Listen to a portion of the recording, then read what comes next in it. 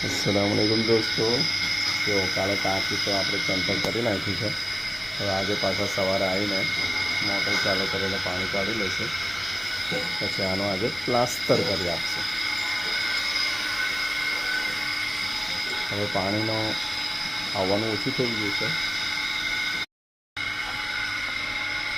જો બધું પાણી નીકળી ગયું છે।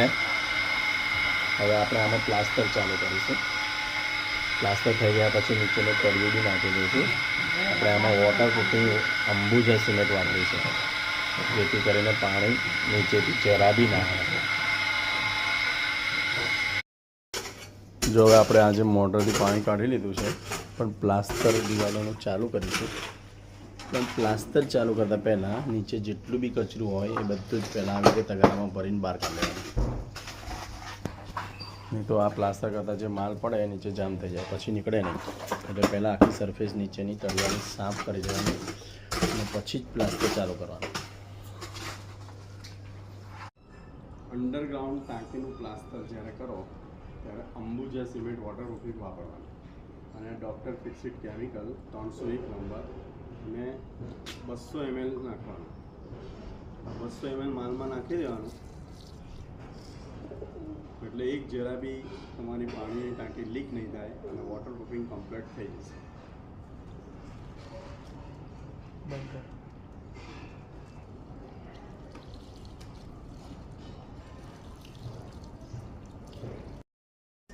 જો દોસ્તો, જ્યારે પણ પ્લાસ્ટર કરો તો હંમેશા પહેલી છાંટમાં આવો એકદમ ચીકણો માલ હોવો પડે।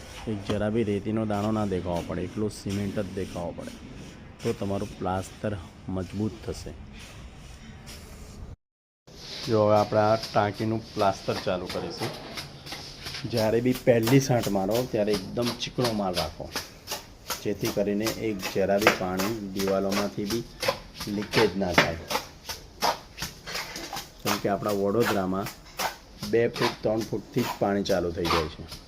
આપણા વડોદરા સિટીમાં પાણીના ઝરણા નીચે જમીનમાં ખાલી 2 કે 3 ફૂટમાં જ આવી જાય છે, એટલે ખાસ કામમાં ધ્યાન રાખવાનું।